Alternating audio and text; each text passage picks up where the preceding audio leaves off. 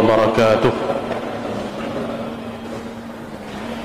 إن الحمد لله نحمده ونستعينه ونستغفره ونعوذ بالله من شرور أنفسنا ومن سيئات أعمالنا. من يهده الله فلا مضل له ومن يضلل فلا هادي له. أشهد أن لا إله إلا الله وحده لا شريك له وأشهد أن محمدا عبده ورسوله. اللهم صل وسلم على نبينا محمد وعلى آله وصحبه أجمعين. أما بعد. Kaum muslimin wal muslimat, jamaah maghrib yang dirahmati Allah subhanahu wa ta'ala, InsyaAllah pada malam yang mulia ini kita akan kembali melanjutkan sirah kehidupan putri Rasulullah sallallahu alaihi wasallam, Fatimah radhiyallahu anha. Malam ini kita akan menceritakan kisah kehidupan Fatimah radhiyallahu anha bersama suaminya Amirul Mukminin Ali ibni Abi Thalib radhiyallahu anhu. Sebagaimana telah kita ceritakan pada pertemuan yang lalu, bahwasanya setelah Fatimah dan Ali menikah, mereka tinggal di sebuah rumah yang agak jauh dari tempat tinggal Nabi sallallahu alaihi wasallam. Kemudian Nabi sallallahu alaihi wasallam berupaya agar keduanya tinggal lebih dekat. Keinginan Rasulullah itu kemudian diketahui oleh Harithah ibn Nu'man, dan beliau sahabat Nabi sallallahu alaihi wasallam yang mulia ini menawarkan kepada Nabi sallallahu alaihi wasallam untuk memberikan salah satu rumahnya, rumah miliknya, agar ditempati oleh Fatimah dengan suaminya Ali bin Abi Thalib radhiyallahu anhuma. Harithah bin Nu'man memberikan rumahnya kepada Nabi agar rumah itu ditempati oleh Ali dan Fatimah, sehingga rumah mereka bisa lebih dekat dengan Nabi sallallahu alaihi wasallam. Karena rumah Harithah bin Nu'man ini rumah Bani Najjar yang paling dekat dengan rumah Nabi sallallahu alaihi wasallam. Berikut ini akan kita simak, ikuti dengan baik bagaimana kisah kehidupan mereka dalam rumah tangga yang mulia itu antara Fatimah radhiyallahu anha dengan Ali bin Abi Thalib radhiyallahu anhu, yang dua-dua ini adalah manusia kesayangan Nabi sallallahu alaihi wasallam. Fatimah itu orang yang sangat dicintai oleh Nabi sallallahu alaihi wasallam, dan Ali bin Abi Thalib pun demikian. Rasulullah sangat menyayangi keduanya, dan Ali bin Abi Thalib masih sangat dekat hubungan keluarganya dengan Rasulullah sallallahu alaihi wasallam. Dalam sebuah riwayat sebut dalam Syiar A'lamin Nubala, riwayat ini dari Abul Bukhturi, Syekh Al-Arnaud mengatakan rijaluhu thiqat, perawi-perawinya thiqah. Disebutkan dalam riwayat itu, suatu hari Ali bin Abi Thalib berkata kepada ibunya, kepada ibu Ali bin Abi Thalib, namanya Fatimah juga, di istri Abu Thalib. Kalau kita membaca riwayat ini menunjukkan bahwa Ali bin Abi Thalib membawa serta ibunya, hidup serumah dengan ibunya, dan di situ ada istrinya. Ali bin Abi Thalib berkata kepada ibunya, "Ikfi Fatimata al-khidmata kharijan." wa takfiki hiya al-amala fil bait wal ajna wal khubza wat tahn. Ali berkata kepada ibunya, bantulah Fatimah istriku untuk mengerjakan pekerjaan-pekerjaan di luar rumah, dan Fatimah akan membantumu mengerjakan pekerjaan-pekerjaan di dalam rumah. Dia akan membuat adonan, membuat roti dan menumbuk tepung. Jadi di sini Ali bin Abi Thalib mengatur pekerjaan di rumahnya. Untuk pekerjaan-pekerjaan di luar rumah, di kawasan luar itu dikerjakan oleh ibunya. Sedangkan pekerjaan di dalam rumah, apakah itu membersihkan rumah, memasak dan sebagainya, itu urusan istrinya, urusan Fatimah. Jadi di rumah itu ada dua Fatimah, satu Fatimah istri Ali, satu lagi ibunya Ali. Hidup serumah, mertua dengan menantu, aman, damai. Setelah ada pembagian tugas yang jelas seperti tadi. Jadi tidak, dengan demikian tidak terjadi kezaliman. Di sebagian rumah kan kadang-kadang ibu itu jadi macam pembantu di rumah, suami istri macam tuan, orang tua macam pembantu. Atau terjadi sebaliknya, istri yang terlalu berat mengerjakan semua pekerjaan sehingga ia tersiksa dengan pekerjaan-pekerjaan itu. Nah, di sini Ali bin Abi Thalib mengatur itu. Dia katakan untuk urusan luar, mungkin menjemur dan sebagainya, membersihkan halaman dan sebagainya. Kalau dalam konteks sekarang ini kita lihat, itu urusan ibu. Mungkin belanja dan sebagainya, itu urusan ibu mertua. Bawa pulang ke rumah belanjaan, sampai di rumah yang masak, yang olah ini semua, itu urusan istri. Nah, jadi seperti itu dalam riwayat ini dijelaskan. Mengadon, membuat adonan, membuat roti, menumbuk tepung, ini urusan Fatimah. Fatimah istri Ali bin Abi Thalib radhiyallahu. Jadi berat kerjaannya itu. Sehingga walaupun sudah ada pembagian tugas seperti itu, Fatimah radhiyallahu anha putri Rasulullah ini juga masih merasakan bahwa pekerjaan yang dilakukan ini di rumah melelahkan. Tapi itu dijalaninya dengan penuh kesabaran. Sehingga ada kisah berikutnya tentang kehidupan mereka. Diriwayatkan oleh Imam Bukhari dan Muslim, hadisnya sahih. Ali bin Abi Thalib menceritakan ketika Rasulullah sallallahu alaihi wasallam menikahkan putrinya Fatimah dengan Ali bin Abi Thalib, Nabi sallallahu alaihi wasallam menghadiahkan untuknya beberapa perkakas rumah tangga, seperti yang sudah pernah kita jelaskan pada pertemuan yang lalu.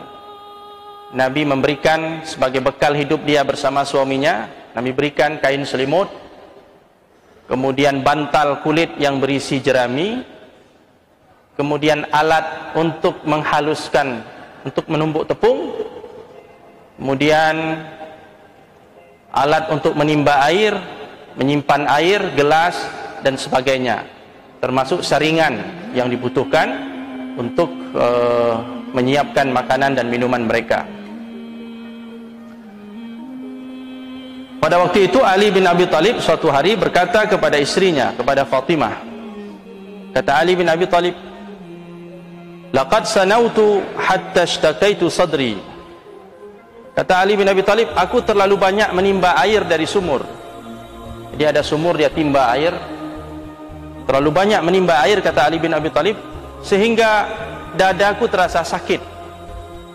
Mungkin sumurnya dalam, ya, timbanya besar, dia harus mengangkat air dari timba, dari sumur itu, sehingga terasa sakit di dadanya. Kata Ali bin Abi Thalib, dia katakan kepada istrinya, wa qad jaa Allahu bisabyin fazhabi fastakhdimi. Allah telah memberikan rezeki kepada kaum muslimin dengan banyaknya tawanan perang. Ketika terjadi peperangan, kaum muslimin menawan orang-orang kafir dalam perang itu. Tawanan-tawanan ini bisa dijadikan sebagai budak, hamba sahaya. Jadi Allah memberikan rezeki kepada kita dengan banyaknya hamba sahaya yang diperoleh melalui perang.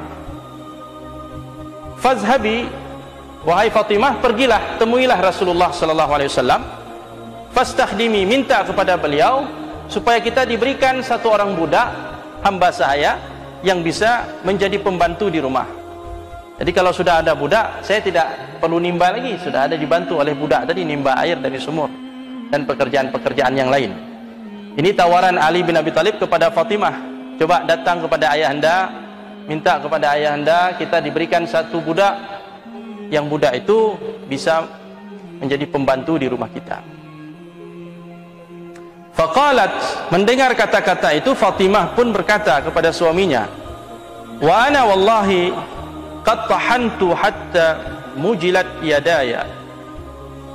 Demi Allah, aku pun demikian, kata Fatimah. Ibarat gayung bersambut, ini sama-sama ternyata merasa lelah dengan pekerjaan mereka.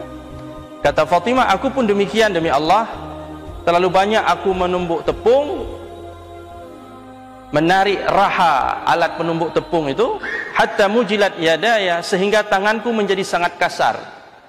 Jadi tangan Fatimah itu kasar sekali, karena dia harus mengerjakan pekerjaan-pekerjaan yang seperti itu dengan alat yang berat, ya, untuk menghaluskan gandum menjadi tepung, sehingga terlihat tanda itu di tangannya. Tangan Fatimah itu berat, kasar, tidak halus seperti wanita-wanita lain. Artinya kedua suami istri ini setuju, mereka akan datang menemui Nabi sallallahu alaihi wasallam. Fa'atat an-nabiy sallallahu alaihi wasallam. Keesokan harinya Fatimah radhiyallahu anha datang menemui Nabi. Waktu itu yang datang Fatimah, Ali tidak datang. Fatimah datang menemui Nabi sallallahu alaihi wasallam. Dan Nabi melihatnya, Nabi menyapa putrinya dengan mengatakan, maja abiki aibnaya, apa yang membuatmu datang kemari wahai putriku, ya, ada apa yang mau disampaikan, ya, Nabi tanya kepada putrinya. Faqalat, kemudian Fatimah berkata kepada ayahnya, ji'tu li usallima alaik, aku datang untuk mengucapkan salam kepada anda. Fastahyat antas alah, Fatimah malu menyampaikan hajat dan kebutuhannya. Jadi waktu datang dari rumah tadi sudah niat mau menyampaikan keluhan itu kepada sang ayah. Tapi ketika bertemu Nabi, Nabi tanya, ada apa datang kemari? Fatimah hanya mengatakan, ji'tu li usallim alaik, saya datang cuma mau mengucapkan salam saja. Ya sudah, setelah itu dia pulang tanpa dia mengutarakan maksud dan tujuannya. Malu, fastahyat, Fatimah itu malu. Jadi salah satu sifat keutamaan dari Fatimah radhiyallahu anha ada dia punya sifat al-haya, sifat malu. Walaupun terhadap ayah sendiri, dia malu meminta sesuatu. Ya, meminta sesuatu yang sebenarnya dia butuh, dia perlu, tapi belum sampai kepada tahap atau taraf darurat. Dia malu mengatakan maksudnya itu pada ayahnya. Dan malu itu sebagian dari iman. Wal haya syu'batun minal iman, kata Nabi. Malu itu salah satu cabang dari cabang-cabangnya iman. Akhirnya dia pulang. Dalam riwayat lain yang sahih juga dikatakan, keesokan harinya dia datang lagi. Dia datang lagi menjumpai ayahnya. Sesampai di sana ayahnya tanya, ada apa? Mau bilang apa? Mau sampaikan apa? Fatimah kembali mengatakan, ji'tu li usallim alaik, saya datang cuma untuk mengucapkan salam aja. Setelah itu pulang. Tidak jadi dia menyampaikan hajatnya, kebutuhannya, keluhannya kepada Nabi sallallahu alaihi wasallam. Setelah 2 kali seperti itu, ini nampaknya kalau Fatimah saja yang datang nggak jadi ini program yang rencana ini. Ali bin Abi Thalib akhirnya ngajak istrinya, ayo kalau gitu kita pergi sama-sama. Fa'atayahu jami'an. Akhirnya datanglah Ali dan Fatimah menemui ayahanda mereka. Akhirnya yang bercerita siapa? Waktu itu yang bercerita Ali. Fadzakara lahu Ali halahuma. Ali bercerita tentang keluhan mereka. Fatimah hanya diam saja, tidak berani menyampaikan keinginannya kepada ayahandanya. Yang berbicara waktu itu adalah Ali bin Abi Thalib. Setelah mendengar cerita dari keduanya, dari Ali bin Abi Thalib, Nabi sallallahu alaihi wasallam berkata, la wallahi la u'tikuma, tidak, demi Allah aku tidak akan memberikan budak atau hamba sahaya itu kepada kalian. Bayangkan Bapak Ibu sekalian yang dirahmati Allah, permintaan dari anak tersayang pada Nabi sallallahu alaihi wasallam ditolak. Padahal Nabi adalah makhluk Allah yang paling pemurah, dan Nabi sangat menyayangi putrinya dan sangat menyayangi Ali bin Abi Thalib. Tapi untuk permintaan yang satu ini Nabi tolak. La utikuma, aku tidak akan memberikan budak itu kepada kalian.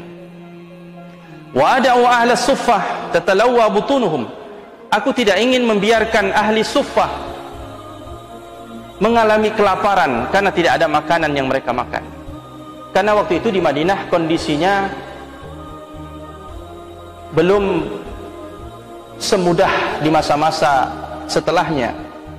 Kondisi waktu itu masih sangat sulit. Di masjid Rasulullah itu masih ada sahabat-sahabat Nabi, pemuda-pemuda yang tidak punya rumah. Mereka tinggal di masjid. Sering disebut dengan istilah ahlus suffah. Sahabat-sahabat Nabi yang tidak punya keluarga, belum menikah, belum punya pencaharian, mereka tinggal di masjid itu.